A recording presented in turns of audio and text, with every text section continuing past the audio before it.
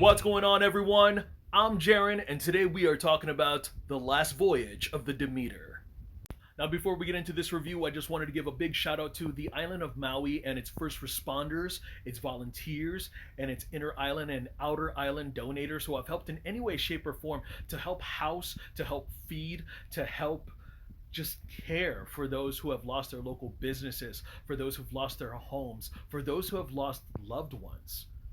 It is just heartbreaking with what had happened, with what is going on now. It's just, we're taking it day by day, and hopefully we are staying strong as much as we can. I'm so thankful for our community, for my family and friends who are safe and sound, for everyone who has just reached out. Thank you. Thank you again so much. And hopefully with the near future, with what can be done about this whole situation, will come to fruition and will be of the best intentions and of the best hearts and helping hands. Now, getting into the review, this is based off a brief subplot of Bram Stoker's novel, Dracula.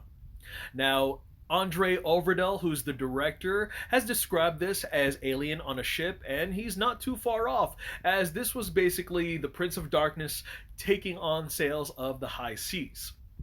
Mr. Overdell has definitely been climbing the ladder in Hollywood, with genre credits such as The Autopsy of Jane Doe and the adaptation of Scariest to Tell in the Dark. His production budget has definitely flexed in the details.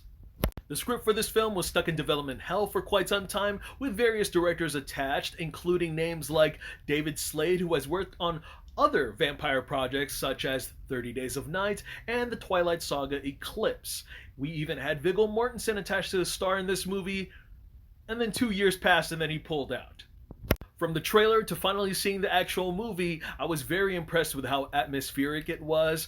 From the late 1800s, including costumes, dialect, the production design, especially the interior and exterior of the Demeter, it felt immensely surreal. Right away, I instantly knew that we were getting an old school vampire film, a gem that you could only really see in 90s cinema. With an unlikely cast ensemble, I knew we were going to get some talented performances up their sleeves, but I had no idea with how much character depth we were going to get. Starting off with Corey Hawkins, who is climbing the star-studded Hollywood list. He has been in projects such as Straight Outta Compton as Dr. Dre, he has done Skull Island and In the Heights, and now he's the leading man here. He plays a doctor who has fought tooth and nail for his degree, and yet he has not been able to get a job or be hired by anybody else because of the color of his skin. We got Aisling Françoise, I hope I said her name right, but she's known for her role in Jennifer Kent's The Nightingale. She really delivers, especially as the victim of Dracula, as well as her horrifying past. We also got David Dastmalchian. I swear this man is having a tremendous year at the movies, especially when he's not working on minor superhero roles. You can find him in the backdrop of any horror film. Only in this case, he has an outstanding ball-busting supporting role.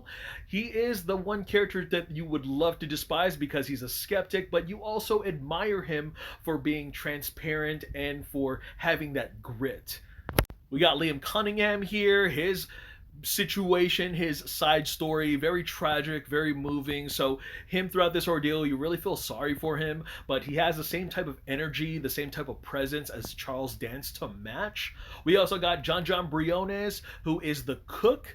He is the Filipino brother that is representing, and he was the smart one. Once he instantly just knew the kind of shit that was going to go down, he just wanted to leave, and I think they underutilized him. I'm surprised he wasn't packing, because a Filipino chef, they're packing some garlic and some religious totems, and they can take down fucking Dracula single-handedly. You know that, right? Speaking of that nocturnal motherfucker, if they weren't using CGI, they had an actual actor play Dracula. And who? None other than the marvelous Javier Botet, who has done roles like the Crooked Man from The Conjuring 2, the Big Toe Corpse from Scary Stories to Tell in the Dark, and Slender Man in Slender Man.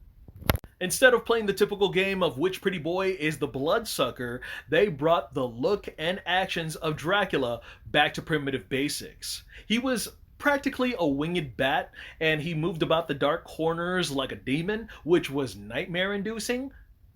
His look was in fact based off of Count Orlok of the 1922 adaptation of Nosferatu, followed by the old school lore and the rules of vampirism, where the violence was bloody and the blistering results of someone's skin being hit by sunlight when they're transitioning into the undead.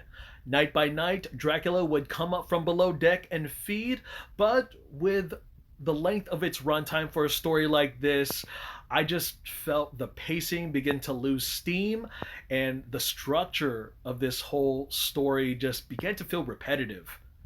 Moving into my more mixed opinion about this iteration of Dracula was the lack of characterization of our villain. Now, I absolutely love this primitive approach they did here, but the biggest problem is that this story is shackled to the Bram Stoker novel, and it left little wiggle room and creativity to expand on its execution, asking yourself, does Dracula attack on strategy or instinct?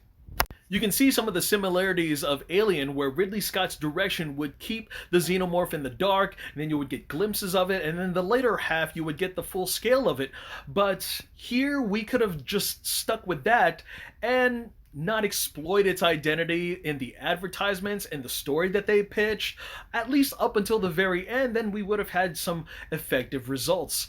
And I think that we could have even gone without the label of Dracula, and it just could have been some regular old vampire, and it just would have kept the viewers at the edge of their seats the entire time. Overall, I thought that the characterization of the Demeter crew was surprisingly rich, with a quality that I highly praise of its script and of the actors' performances. And as scary and effective as Dracula was on and off screen, I just wish that there was more meat to his entitlements. And Overdale has continued to go above and beyond the studio throwaways and deliver an effective and entertaining horror film to end the summer. Alright guys, that's all I got to share about that movie. Go ahead and check it out if you want. It's not the best vampire film of the year, but it's definitely worth your time. Thank you guys again so much for watching. I'm Jaren Ugbanawag. Look forward to more reviews, and I will catch you guys at the movies. Take care, and Maui strong.